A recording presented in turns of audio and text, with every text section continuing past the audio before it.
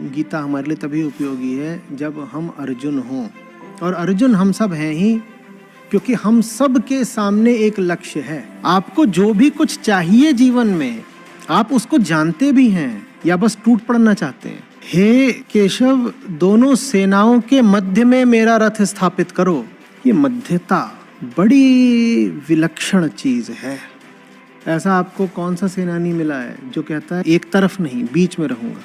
कैसे तीर चला दूं या कैसे पुष्प चढ़ा दूं, जब जानता ही नहीं कि सामने जो अभी है मेरे, वो वस्तु है क्या।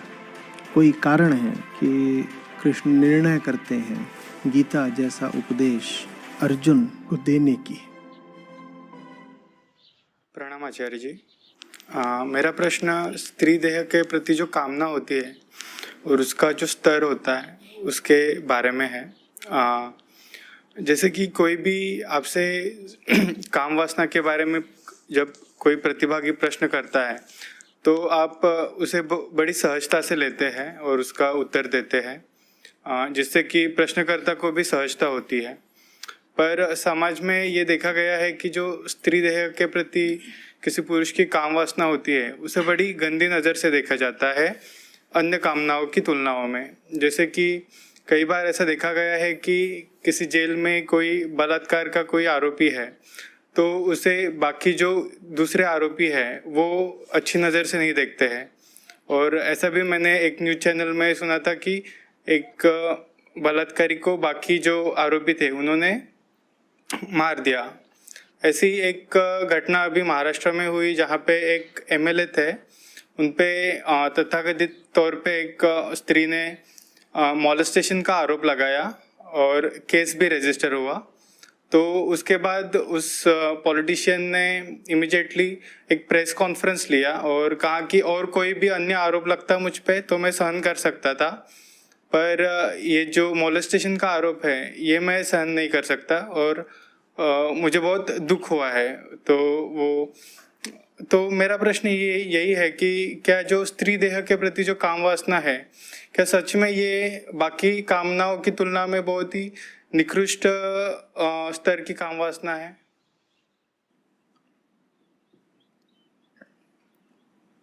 देखो, इसमें जो एक चीज अलग है वो ये है कि ये प्रेम का नाम ले लेती है।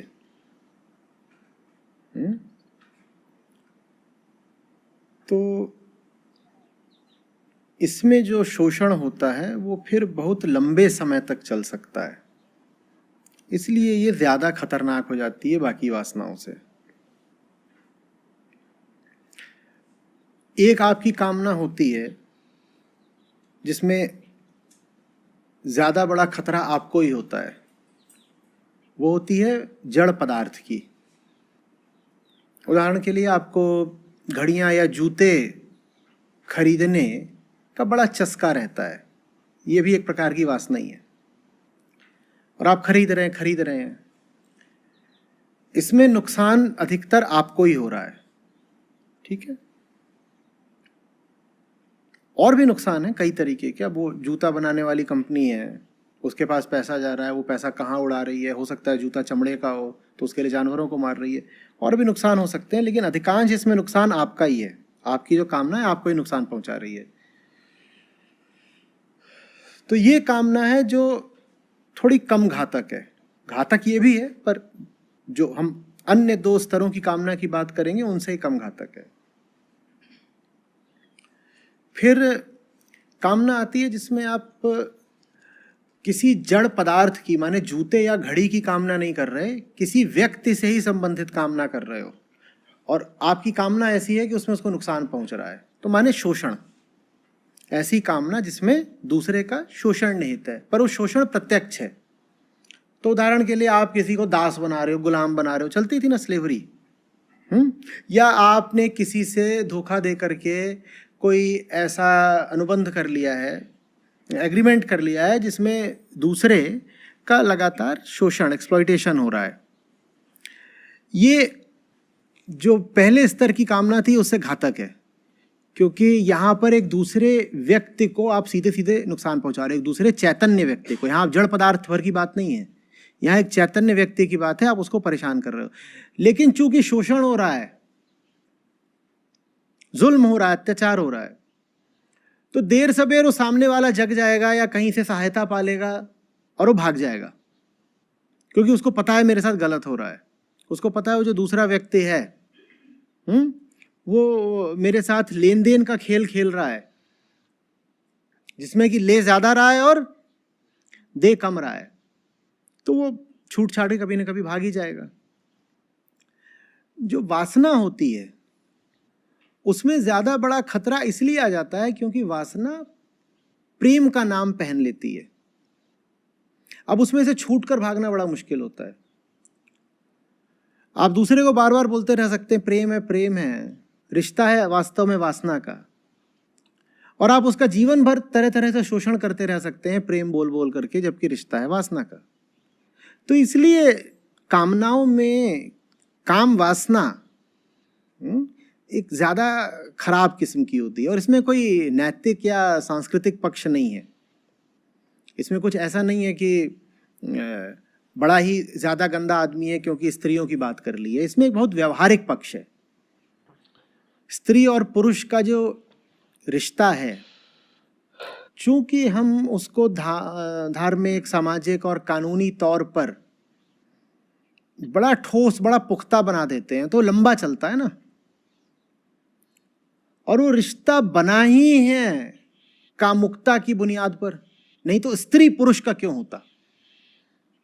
जब आप कहते हो शादी करनी है तो थोड़ी कहते हो लड़का ढूंढ रहा हूं अपने लिए, आप यही तो लड़की ढूंढ रहे हो, तो उसमें पहली ही चीज क्या आती है? लिंग। लड़की की शादी करनी है तो लड़का ही तो ढूंढोगे, तो पहली चीज क्या देखोगे? बाकी सब चीजें उसकी बाद में देखी जाएंगी। उसका कद कितना है, आमदनी कितनी है, चेहरा मोहरा कैसा है, चरित्र कैसा है। पहली शर्त क्या होगी? वो जो इंसान है वो, अरे लड़का होना चाहिए भाई, और उसके पास सब कुछ हो, आमदनी हो, कद हो, खानदान हो, प्रतिष्ठा हो, पर वो लड़का ही ना हो, तो लड़की शादी करेगी?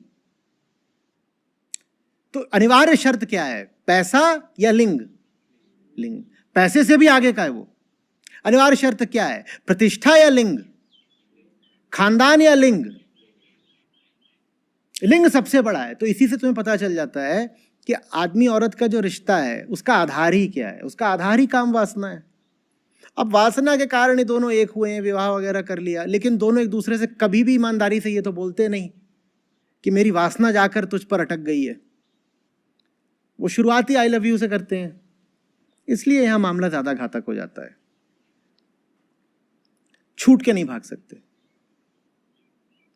जो दूसरे तरह की हमने कामना की बात करी थी, उसमें जिस पर अत्याचार हो रहा होता है वो छूटकर भाग सकता है, बल्कि वो लगातार मौके ढूंढ रहा होता है कैसे भागूं, ढूंढ रहा होता है ना। आप एक जानवर को भी शोषण के लिए अपने घर में बांध लें और किसी दिन वो खुला छूट जाए तो सरपट भागता है दूर। उसको पता होता है यहाँ गलत हो रहा है, मेरे साथ भागो, तभी तो उसको बांध के रखना पड़ता है, भागता है नहीं तो।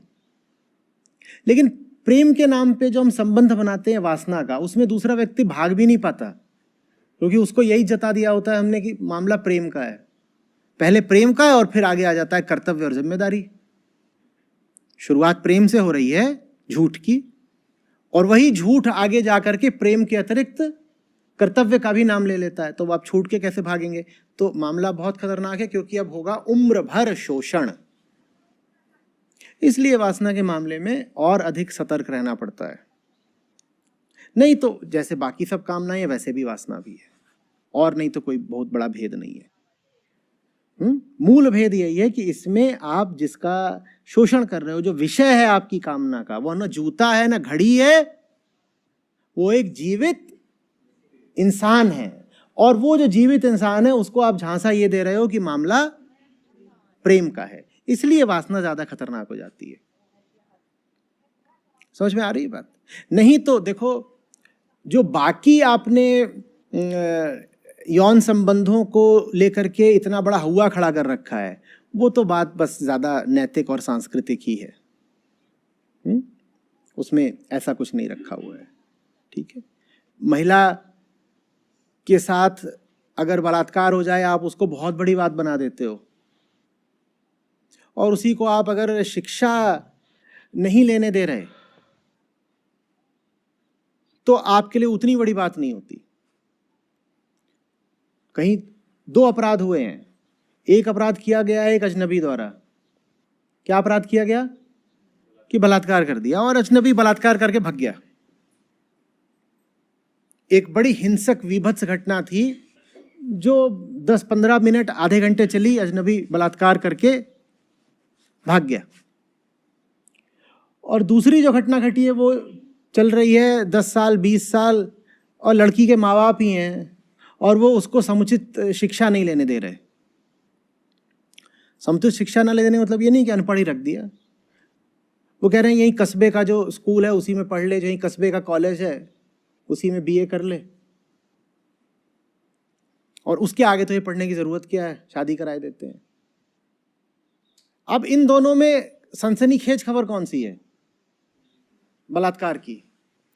इन दोनों में पब्लिक नारा किसके खिलाफ लगाएगी? पहले वाली चीज में जहां कोई लड़का बलात्कार करके भाग गया था। मैं समझता हूं इन दोनों में ज्यादा विभत्स घटना दूसरी है। लेकिन चूंकि इस समाज की दृष्टि ही कामुक है, तो स्त्रियों के प्रति अपराध भी जब काम प्रेरित होते हैं तो वो ज्यादा उसको महत्व देता है और सनसनी बना देता है। किसी लड़की को पढ़ने नहीं दिया गया, ये छोटी बात है, इस पे कोई सनसनी नहीं बजाता हमारा समाज, क्योंकि हमारा समाज खुद वासना से ग्रस्त है। तो उसको पढ़ने नहीं दिया गया, ये कोई सनसनी की बात नहीं है। उसका बलात्कार हो गया, बड़ी सनसनी की बात है। जबकि ज्यादा बड़ा अपराध यह है कि उसको पढ़ने नहीं दिया गया। आप जानते हैं जब बलात्कार के एकदम विभत्स क्रूर हिंसक मामले मीडिया में आते हैं तो YouTube पर बलात्कार की उन घटनाओं की क्लिप्स की मांग बढ़ जाती है। गूगल पर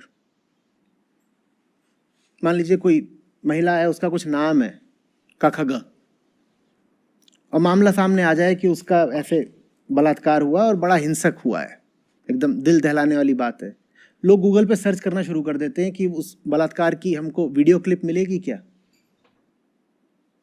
सनसनी फैलती है ना, और समाज ही कामुक है। तो एक और तो यही समाज खुद उस बलात्कार की वीडियो क्लिप देखना चाहेगा, और दूसरी ओर क्या बोलेगा, बलात्कारी को फांसी दो, बलात्कारी को फांसी दो। कहते हैं ना बलात्कारी को तुरंत फांसी दे।